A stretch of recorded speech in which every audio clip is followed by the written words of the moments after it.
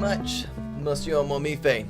Well, it's that time of year for us to talk about some evil and spooky things, and today we're going to be rating and reviewing some demons, and no, we are not encouraging people to think positively about demons, but we are going to talk about some serious things regarding evil. And welcome to Kingdom of the Logos. It's a Christian program of critical thinking and adventure. Kingdom of the Logos is produced by clergy in the Church of the Nazarene, and this is our program that we will be presenting a spooky special. I'm Pastor Amanda Sparrow. And I'm Pastor J. Dillon Proctor. And I'm Anthony Allegria. Today we're going to be rating demons, and again, this will probably be said 100 more times, we are not in any way favoring demons. We're merely looking at some and seeing how creative or spooky they may be. But without further hesitation, let's go ahead and jump into this list of demons that we're going to rate and review, sort of like Wynn would do on Yelp or anywhere else online. And on that note, please send us a review of our podcast and program. Hopefully you'll rate it higher than we will these demons. Please think favorably of us, and if not, well, give us a contact and we'll work on that. All right, so today we're going to be talking about evil spirits from the Lesser Key of Solomon. And if you know what the Key of Solomon is, we've talked about it before in the podcast. It's an ancient grimoire. It's a book of, well, evil spirits. And the book claims that it was produced by King Solomon, and that's King David's son there in the Old Testament. But the book may have actually appeared only in the 14th century. So it may be several hundred years old, it may be several thousand years old, we don't really know, but it is old. Whether it's extremely ancient or just a little bit old, we don't know. But what we're going to be doing is Anthony will read the description of a spirit, a demon, and Amanda and I will then rate them on a 1 to 5 star scale. And the scale is going to be how terrifyingly creative they are, because again, some demons are just plain boring. So we'll get right into that. So, Anthony, if we can begin. The first we'll start with is Marvis. He is the 5th spirit. He is a great president, and appeareth at first in the form of a great lion, but afterwards, at the request of the master, he putteth on human shape. He answereth truly of things hidden or secret. He causeth diseases and cureth them. Again, he giveth great wisdom and knowledge in mechanical arts, and can change men into other shapes. He governeth 36 legions of spirits, and his seal is this, which is to be worn as aforesaid. And that seal is at the bottom right corner of this picture. All right, so a lot of questions here. One, who is the master that is doing this? Amanda, do you know who the master is? No, I don't know. It is capitalized, which gives me kind of a little bit of a pause as to what exactly or who exactly they're referring to. But I don't know. It could be just the person that's invoking the said spirit, but it does seem odd you would want to change your demon from a lion to a person, because yeah, it seems just sort of a moot point. Yeah. I mean, if you're going to be having a demon, you might as well have him looking gross. I mean, yeah. I don't get it. Actually, that makes total sense. If you did have one, it'd be way cooler to have him as a lion than to have him as a man. And yes. Especially in this picture, you get kind of like a half and half version where he ends up just kind of looking, just kind of like you're just a thug from, and not even like a really good thug, just like one from an elementary school gang, like just something really weird where he's trying to be thug, but he's not accomplishing that well. Yes, and actually when we were getting show prep ready, we had decided that he is the great president of an elementary school gang. That's it. That's all he can do. So I think I would rate him with a 2 as far as creative spookiness goes. And he is one of great mechanical knowledge, and he has his legions of spirits. I actually think this is the one who, back in the 90s when they were designing the C5 Corvette, he said, you know what, put that torque tube cover up under there. It's a seemingly useless piece of metal. Put 38 bolts on it. Each of them be a little bit too long to inconveniently get off there. And also move that engine back just an inch so it's not easy to take out the top.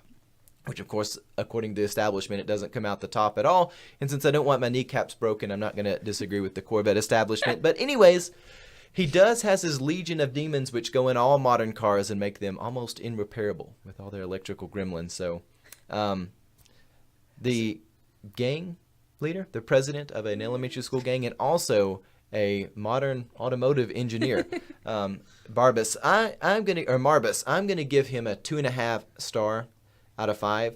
I should rate him lower than that, but it takes some creativity to have the arbitrary boxes and stuff they put in modern cars. So we'll give him a 2 out of 5. I will say, in this picture, he does almost have this, like, thugalicious fur coat going on. If you notice, like, the cuffs and the sleeves, it almost looks like it's fur itself. And, like, the weird pseudo gang signs. Yes. Yeah, It's just all weird. all weird. All Okay, right. so moving on, we have next Vala. He is the sixth spirit, and he is a mighty duke, and appeareth in the shape of a lion, with a not as nice word as this donkey's head, which is bellowing. He is a good familiar, but tempteth them. He is a familiar of to steal, but tempteth them. He is a familiar of to steal. He governeth 10 legions of spirits. His seal is this, which is to be worn whether thou wilt have him for a familiar or not. And that is also in the bottom right-hand corner. Yeah, so familiars are kind of usually they're animals that help witches or warlocks or in this sense magicians. And he does not seem like he'd be a very good familiar. One, because he tempts you to steal, and then two, because he is very just there, very large. Usually familiars are cats or birds or something small and comforting, and he's rather ugly and Yeah, he's not very creative. I feel like a 4-year-old could be like, let's do lion with a not so nicest word as donkey for a head. Yeah, I think that one is lost on all of us. Not terribly creative. And again, these things are evil. They're not something which is a product of God. They're something which is not begotten from God. They're not even something derived from God or created in the image of God or with any characteristics of God. Instead, they are abominations. They exist in the absence of things which are derived from God. And one of the things that we find about this, even in the last one, the ambiguous master there, he wants to take the evil from looking obvious and then conceal that. And now we have here this evil friend, which is basically the bad peer pressure wanting you to do things you shouldn't do. These things are evil, but again, he's just doing peer pressure, and he's quite ugly. And because he's ugly and nothing more than peer pressure, I'm going to give him a 1 out of 5. He gets a low rating from me. Meta, what do you think? I think I'm going to give him a 3, and the reason I'm going to give him a little bit higher is because I think this drawing, even though the demon himself is rather strange, the drawing's rather interesting, and there is something captivating about him that, as much as I would not want him to be my familiar, I think I maybe would want to wish him on my worst enemy, so that might be good. And again, this is done for comedy purposes. We are not wishing anything on enemies, and nor we encourage you to have demons. I know earlier we were talking about them being possibly creative. These things they're bornless. They're evil. Full disclaimer there. The next one, Anthony, what do we have next? So what was our rating on that? I said 1 out of 5. You said 3 out of 5? I said 3. Okay, So, yeah. We're good. Moving on, our next is Amman, the seventh spirit. He is a marquis, great in power and most stern. He appeareth like a wolf, with a serpent's tail, vomiting out of his mouth flames of fire. But at the command of the magician, he putteth on the shape of a man with dog's teeth beset in the head of a raven, or else like a man with a raven's head, simply, if that were even simple. He telleth all things past and to come. He procureth feuds, and reconcileth controversies between friends. He governeth 40 legions of spirits. His seal is this which is to be worn as aforesaid. His seal also looks like that of a Windows computer. When you hear this coming out, it does sound like a Windows computer. A lot of things which sound sort of good, independent of one another, like some nice RAM or maybe a good solid-state drive or even specs on pixels in a screen or something's processing power, the CPU. But yet when it all comes together, it is that which gives and also takes away. It knows the future and the past, and all of it mean it's time for an update. And all of it's going to be worse than anything you could have before. And especially when you see drawings of it put together, it all looks quite terrible. And I mean, even right now, there's 2 Windows computers running this program, and they're all waiting to do updates and hate us all. So I think Amman is probably best seen in the modern world as that. But he actually is pretty creative. I'll give you my rating after Amanda shares her thoughts. Oh, yeah, I think there's some creativeness in it. It is a mash of various animals, and you almost aren't sure. Like, if you just see the picture, you can definitely say, like, that's a snake tail or snake kind of bottom half, but you don't know what the front, like, is it a monkey? Is it an owl? I don't understand.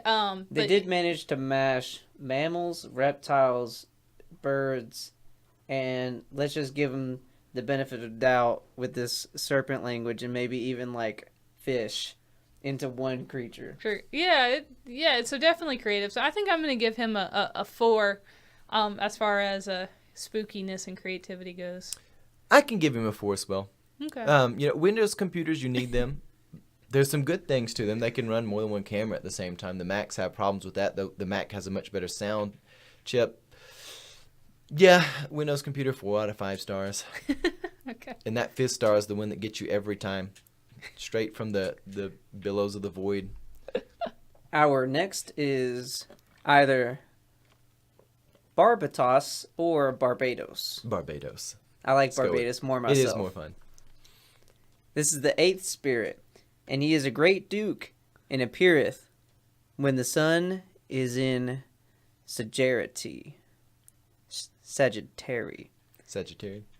with 4 noble kings and their companies of great troops. He giveth an understanding of the singing of birds and the voices of other creatures, such as the barking of dogs. He breaketh the hidden treasures open that have been laid out by the enchantments of magicians. He is of the order of virtues, of which some part he retaineth still. And he knoweth all things past and to come, and reconcilieth friends and those that be in power. He ruleth over 30 legions of spirits. So this is, yeah. I don't even know where to start with him. I'm gonna just go right with the rating and say a 1. He's pretty lame. He's like the Hawkeye of the demon world that time travels. Yeah, it doesn't seem like he can do much. Like, why would you want to know the meaning of the singing of birds? And then also he only comes in the time of the Sagittarius, which Google tells us is late November to late December, so 1 month. He has power for 1 month to tell you what birds say. So, the time-traveling Hawkeye of the demon world, you notice how it talks about he is from the order of virtue, and I think you'll find this throughout all the demons, and you'll find this throughout heresies and things which are notoriously evil throughout human history. A lot of times they're not someone who says, oh, I just love suffering, or oh, I just love pain. They're not usually masochist people, or even people that are... It's usually people who have an obsession with one virtue that they like at the expense of all the others. Even if you look at something like Nazism or Hitler really liked to be clean, and he also wanted to do things like, if I don't think this is healthy in the gene pool, I will exterminate it. You find that people who choose one virtue at the expense of others, they oftentimes cause a lot of suffering, even though they may not be looking for suffering in the start. They're evil, but it's not because of necessarily a love for evil as much as they become evil because of a love for one virtue at the expense of others. Another thing about this, do y'all remember there was a trend probably 10, 15 years ago, if that long ago, when there was all the whispers. There was like the horse whisperer, the dog whisperer, the cat whisperer. That's who this guy is too. He's like the tree whisperer, the bird whisperer. I will say, when you're looking at him, if you were to see a lineup of our demons, this would be the guy that you thought would let you communicate with the spirits. Or with the animals. He's got, like, his sort of outdoorsy look, and he's got maybe something like a hunting rifle. Yeah, he's got a rifle there, which is totally out of place. That's really what throws you for a loop. You're like, this was... King Solomon sat down, drew this picture, was like, what is he holding? I don't know. I guess they'll figure it out in a couple thousand years. They'll find it out. Yeah, he's, there was that show, The Ghost Whisperer. He's the opposite of the Ghost Whisperer. He's the ghost that whispers. Yeah. Oh, wait, what was your rating? Oh, yeah. We'll give him a 2 out of 5. All right. I will say that they should have started with him being able to let you communicate with dogs. Because starting out with birds, it's like, man, nobody wants to talk to birds, but everybody wants to talk to their But dog. here's the thing is people will sell their souls. Like, I want to be able to talk to my dog in, like, English. And they'll sell their soul for this, and they'll find themselves in bed with the demon. Bad things are happening. But reality, I can already talk to Charlie pretty well. I don't know about you all and Duke, but Charlie the church history dog, has a really good way of telling me what he wants. And I don't need a demon to help me with Charlie. Figure that one out. Yeah. That's true, too. Sounds good in theory, but at the same time, not worth a soul. Not worth a soul. Surprisingly. Just trust the dog. He's good enough to talk to you without the demon taking your soul. All right. What do we got next? Now we move on to Paimon. Paimon. however this is The pronounced. ninth spirit, a great king and very obedient unto Lucifer. He appeareth in the form of a man sitting on a dromedary, with a crown most glorious upon his head. There goeth before him also a host of spirits, like men with trumpets and well-sounding cymbals, and other sorts of musical instruments. He hath a great voice, and roareth at his first coming, and his speech is such that the magician cannot well understand unless he can compel him. This spirit can teach all arts and sciences, and other secret things. He can discover unto thee what the earth is, and what holdeth it up in the waters, and what mind is, where it is, and any other thing thou mayest desire to know. He hath under him 200 legions of spirits. Part of them are of the order of the angels, and the other part potentates. Now if thou callest the spirit payment or pieman alone, thou must make him some offering, and there will attend him 2 kings called Labal and Abali, and other also spirits, who be of the order of potentates in this host. And we'll leave his description there because it goes on forever, and we're going to sum it up as TLDR. The demons aren't getting that much of my time. That's where his true power is. So he does a lot of things which are interesting. And again, to have a serious conversation about evil and the way that evil preys on people, one of the things that he does is he gives dignity, but it also says that he confirms dignity. And there's a lot of people in our world who talk about, oh, you're stepping on dignity and stuff like that. A lot of people use that as a ploy. If you're relying on something outside of you to determine your dignity, there's a probably chance that it might be a demon. Like, again, this is one of those things where if you have to ask, then the answer is probably maybe not one that you want to have. And I say that seriously. As we come to people in the church, we don't value people based on what the people on TV say about you. We have a world where everybody wants to compare themselves to Hollywood. And when we were giving names for each of these demons, I had said that this one is the average Hollywood celebrity. People want to measure their lives by that. And that's how a lot of Hollywood is. They say, oh, we'll give you dignity. We'll give you that. If you just conform to us, we'll hand the dignity over to you. And it's like, no. We're all created in the image of God. And yes, sin has entered the equation, and now people are fallen. But our worth does not come from Hollywood. It doesn't come from someone else dishing it out to us. We're created in the image of God, and life is sacred. And on top of that, the virtues and things we have in our life are very important. But we do not value people based on how much you measure up to who's on the screen or something like that. But I could go on that for a while. But Amanda, I'll let you come in. Well, I think, like, because this demon seems to have one of the longest descriptions, and it's really kind of mundane, weird, random things. Like, yeah, he's going to tell you all the secrets of the world. Like, you could have just said that, but no, now it has to go through, like, the sea and the land and the this and the that.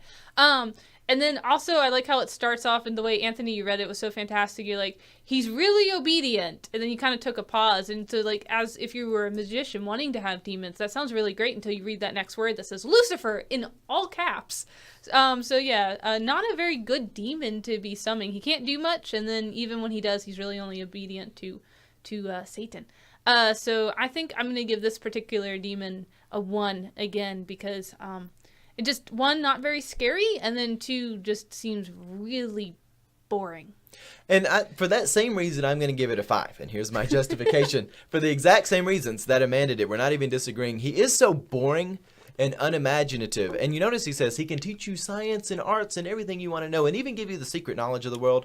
This is a Hollywood celebrity. They can get on the TV and teach you about everything, but that doesn't mean they're doing it well or even accurately or even meaningfully. And they pretend that they have some secret knowledge for you. If you will just conform to their ideas, they'll bestow it over to you. No, in our world, God is the one who decides the matters such as divine revelation, not people. We do not need a gatekeeper of things. And the reason why I'm giving him a high rating, because he does deserve a low rating, is because he's such a non-threat. You wouldn't think, you read his description, you're like, oh, too long, did not read, TLDR.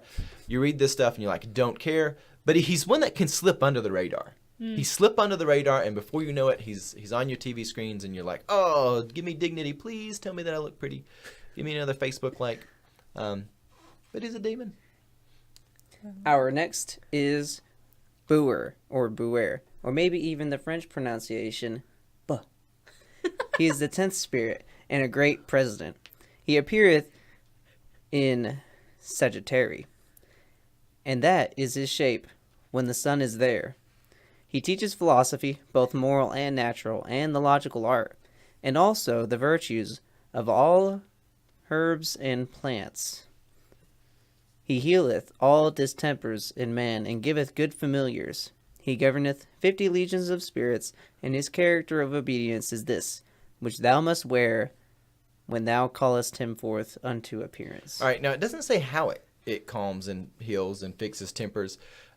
Quite clearly, and I think Amanda pegged this as well, and I don't remember who I should give credit for this decision, but Amanda, would you give the description we have for him? Oh, yes, the college professor who hasn't left a college campus since graduation. But I do love the fact that he teaches philosophy and is also the distributor of herbs, and I will let you make your own connection with those two statements. Draw your own conclusions. It is a fantastic description of a demon. But yeah, in all honesty, we have people who, and again, I'm not beating up on all college professors. There's been some great ones who have been in my life, but you also get people who have been so detached from the real world that they've lost it. They've just absolutely lost it. They're somewhere like at a university. There's not the sort of checks and balances, the relationships that are there, they're not really any sort of place where there's cause and effect relationships. People, they can come in and sort of do whatever without repercussions. That doesn't work in the real world for a lot of people. And you'll find a lot of professors who do things, they still work, and especially in the religion department, we have a lot of people who go out and they still work and they still pastor and things of that nature. And even in hard science fields, you find people who are still active in developing things and engineering things and having application. But then you also get that small wing of people who just stays there in the place of theory, and they never have contact with the outside world. They've never left. They were the graduate who hung around afterwards, and then they worked their way in. They like their herbs. These are the people who they can resolve conflicts, but only if you'll conform to them.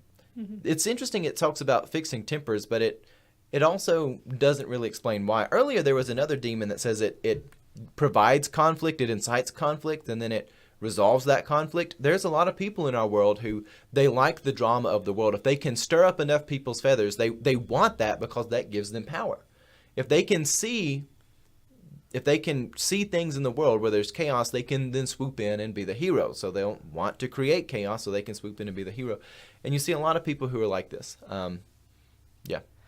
And also, I don't know how much calming tempers a lion head with 5 cow legs or whatever those are can, like, how are you? No, if I saw that swirling around in my philosophy class, I'd be out the window. That's what he does. He does a little spinny thing, and then it's like, lulls you to sleep or something. I don't know. This one's really creepy, really weird, and probably very evil. I'm gonna give this one a 5. I'm going to give him... See, I'm tempted... I agree with everything Amanda said, but I'm tempted to go the opposite direction. Because he's so obviously corrupt. Where the other one was terrifyingly disturbing because you wouldn't notice him. I'm going to give this one a 1 out of 5 because he's too... It's too obvious for you? It's too obvious. He needs some... Subtlety. Like when you see those legs peeling down the road, you're like, no, you can't have my soul. No. And a couple of them, you might look at and be like, oh my gosh, what sort of freak in nature is that? But this thing, nope. You see that? That's a demon. He's even got a tricky face. Nope. There's no chance. Nope.